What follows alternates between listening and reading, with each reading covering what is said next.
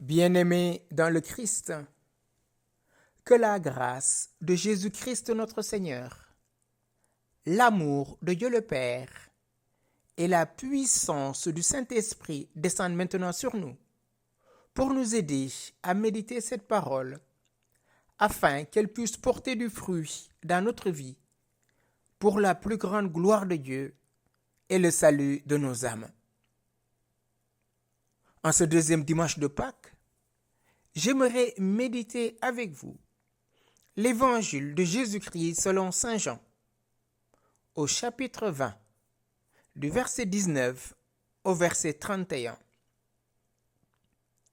C'était après la mort de Jésus, le soir venu en ce premier jour de la semaine, alors que les portes du lieu où se trouvaient les disciples étaient verrouillées par crainte des Juifs. Jésus vint et il était là au milieu d'eux. Il leur dit, « La paix soit avec vous. » Après cette parole, il leur montra ses mains et son côté. Les disciples furent remplis de joie en voyant le Seigneur. Jésus leur dit de nouveau, « La paix soit avec vous. » De même que le Père m'a envoyé, moi aussi je vous envoie. Ayant ainsi parlé, il souffla sur eux et leur dit, « Recevez l'Esprit Saint. À qui vous remettrez ses péchés, ils seront remis. À qui vous maintiendrez ses péchés, ils seront maintenus. » Or, l'un des 12, Thomas, appelé Didyme, c'est-à-dire jumeau, n'était pas avec eux quand Jésus était venu. Les autres disciples lui disaient, « Nous avons vu le Seigneur. » Mais il leur déclara, « Si je ne vois pas dans ses mains la marque des clous, si je ne mets pas mon doigt dans la marque des clous, si je ne mets pas la main dans son côté, non, je ne croirai pas. » 8 jours plus tard, les disciples se trouvaient de nouveau dans la maison et Thomas était avec eux.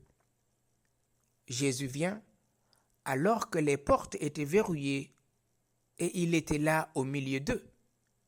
Il dit, « La paix soit avec vous. » Puis, il dit à Thomas, « Avance ton doigt ici et vois mes mains. Avance ta main et mets-la dans mon côté. Cesse d'être incrédule, sois croyant. » Alors Thomas lui dit, « Mon Seigneur et mon Dieu. » Jésus lui dit, « Parce que tu m'as vu, tu crois. Heureux ceux qui croient sans avoir vu. » Il y a encore beaucoup d'autres signes que Jésus a faits en présence des disciples et qui ne sont pas écrits dans ce livre. Mais ceux-là ont été écrits pour que vous croyiez que Jésus est le Christ, le Fils de Dieu, et pour qu'en croyant, vous ayez la vie en son nom. Oui, frères et sœurs, c'est la première fois que Jésus ressuscité rencontre ses disciples. Ils ont encore en mémoire les dernières paroles que Jésus a prononcées sur la croix. « Père, en tes mains, je remets mon esprit. » Tout est accompli. Jean 19, 30.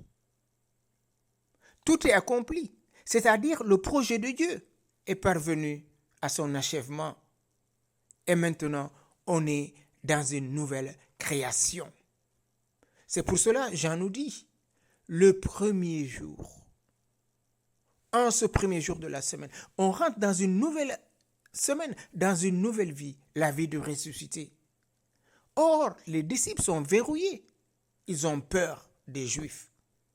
Et Jésus vient leur annoncer qu'il faut sortir maintenant. Et il commence par leur donner la paix. La paix soit avec vous. Oui, frères et sœurs, c'est quand nous sommes dans la paix que nous sommes capables de témoigner en vérité de l'expérience pascale. La paix soit avec vous. La paix vient du ressuscité parce qu'il est en communion avec son Père.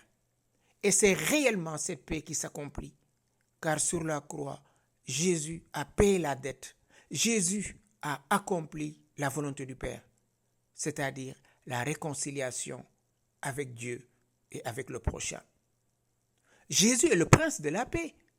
Et cette paix demande des cœurs nouveaux, des cœurs circoncis, des cœurs vidés de la haine, vidés de la colère, vidés de la peur, pour pouvoir accueillir cette paix. Un enfant nous est né, un fils nous a été donné. C'est le prince de la paix. Nous rappelait Isaïe 9 au chapitre 5, que nous avons entendu à la veillée de Noël. Et Jérémie dira, « Moi, dit Dieu, je connais les pensées que je forme à votre sujet, pensées de paix et non de malheur. » Jérémie 29, verset 11. Les disciples sont dans la joie en voyant le Seigneur. Leur cœur se réjouit. Et Jésus leur avait dit, « Maintenant, vous êtes dans la peine, vous êtes tristes, mais de nouveau je vous verrai, et votre cœur sera dans la joie, et cette joie, personne ne pourra vous l'enlever. » Jean au chapitre 16, verset 22. Et le soir du premier jour de la semaine, Jésus est là au milieu d'eux. La paix soit avec vous. Cette paix va être précédée, une fois accueillie, par le don de l'Esprit. Il leur montre ses mains. Il leur montre ses pieds. Recevez le Saint-Esprit. Oui, une fois qu'on est en paix, nous pouvons recevoir le Saint-Esprit et nous pouvons aller en mission. De même que le Père m'a envoyé, moi aussi je vous envoie. Il souffla sur eux l'Esprit Saint et leur donne le pouvoir de pardonner les péchés ou de ne pas les pardonner. Mais c'est sûr, c'est pour pardonner, car Jésus nous a réconciliés. La dette, la condamnation liée à nos péchés est bannie et déchirée, l'acte de condamnation, par la mort et la résurrection du Christ. À qui vous remettrez ces péchés, ils seront remis. À qui vous maintiendrez, ces péchés seront maintenus. Autrement dit, ce pouvoir qu'a Jésus, qu'il a reçu de son Père, il le dépose entre les mains des apôtres, aujourd'hui des évêques et des prêtres. C'est pour cela, frères et sœurs, le sacrement de confession est extraordinaire. C'est la grâce qui guérit, c'est une grâce qui guérit, c'est une grâce qui libère, c'est une grâce qui restaure. Aujourd'hui, très peu de catholiques se confessent parce qu'ils ont oublié cette puissance que Jésus a déposée entre les mains de ses apôtres. Tout ce que vous liez sur la terre sera lié au ciel. Tout ce que vous déliez sur la terre sera délié dans le ciel. Or, un des disciples, nommé Thomas, n'était pas là. Les autres lui dirent, « Nous avons vu le Seigneur. » Et il leur déclara, « Si je ne vois pas dans ses mains la marque des clous, si je ne mets pas mon doigt dans la marque des clous, si je ne mets pas la main dans son côté, non, je ne croirai pas. » Autrement dit, ce que vous me dites, c'est trop facile. Cet homme qui a tellement souffert, cet homme qui a été brisé par la mort, comment vous pouvez me dire qu'il est ressuscité? Voyez, frères et sœurs, comment disons souvent nous avons la foi de Thomas. Thomas sûrement n'avait pas peur parce qu'il est sorti. Or, les autres sont verrouillés. Mais qu'est-ce qui fait que Thomas a du mal à rentrer dans ce mystère de la résurrection? Et pourtant, Jésus leur avait annoncé à plus de 3 fois que nous montons à Jérusalem. Le Fils de l'homme va souffrir. Il va être mis à mort et ressusciter le 3e jour. Et voilà, on annonce à Thomas la nouvelle, il ne croit pas. Mais Dieu est amour et miséricordieux. 8 jours, une semaine encore. Toujours le premier jour. Thomas était là et Jésus entra. Ils étaient encore verrouillés, frères et sœurs. Voyez, ce n'est pas seulement Thomas qui est là en croire. C'est chacun d'entre nous. Ils sont encore verrouillés. Et Jésus là, au milieu d'eux. Et il leur dit, la paix soit avec vous. Puis il dit à Thomas, avance ton doigt ici, vois mes mains, avance ta main et mets-la dans mon côté. Cesse d'être incrédule, sois croyant. Oui, frères et sœurs, nous sommes agrippés sur nos souffrances. Nous sommes engloutis par nos souffrances, nos épreuves, et nous oublions que Jésus a vaincu cela après avoir souffert jusqu'à verser les dernières gouttes d'eau et de sang de sa vie. Pour toi, pour moi, ma sœur.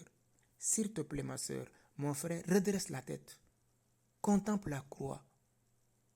Tu vaux plus que ta souffrance. Et tu peux vaincre ta souffrance par celui qui a souffert pour toi et qui continue de souffrir avec toi. Parce que tu m'as vu, tu crois. Oui, frères et sœurs, c'est quand nous voyons des signes que nous croyons que Dieu est avec nous. Quand le vendredi saint s'abat dans notre vie, soit la maladie, soit un divorce, soit un enfant qui ne va pas bien, ou un conjoint qui ne va pas bien, nous oublions que Jésus est avec nous. Nous attendons juste un signe. Or, frères et sœurs, si nous souffrons avec lui nous régnerons. Jésus ne peut pas nous abandonner. Mais tous les signes que les apôtres nous ont manifestés à travers les évangiles, Jean nous rappelle, c'est pour que vous croyiez que Jésus est le Christ, le Fils de Dieu, et pour qu'en croyant, vous ayez la vie à son nom. Oui, frères et sœurs, la souffrance va passer. Les épreuves de ce monde vont passer. Seul l'amour va demeurer. Demandons à Jésus, en ce temps de sa résurrection, en ce dimanche de la miséricorde, d'être affermi dans la foi, de grandir dans la foi. Seigneur Jésus, tu es mort et ressuscité. Tu as souffert plus que tout homme et toute femme. Accorde-nous de croire que tu es là avec nous et que tu ne nous abandonnes jamais. Parce que les projets que tu as pour nous, c'est des projets de paix et de gloire. Et ces projets, nul ne peut l'enlever. Donne-nous de demeurer, Seigneur, en ta présence. Ne permets jamais que nous soyons séparés de toi. Car sans toi, notre vie tombe en ruine. Esprit Saint, toi qui fais toutes choses nouvelles, en ce dimanche de miséricorde, fais de nous des hommes et des femmes de miséricorde. Aide-nous à marcher selon le plan de Dieu. Aide-nous à vivre selon le cœur de Dieu. Ne permets jamais que nous soyons séparés de toi. Ô Saint-Esprit, ô toi le feu divin, nous t'invoquons. Reste avec nous, Saint-Esprit. Nous avons besoin de toi, Saint-Esprit.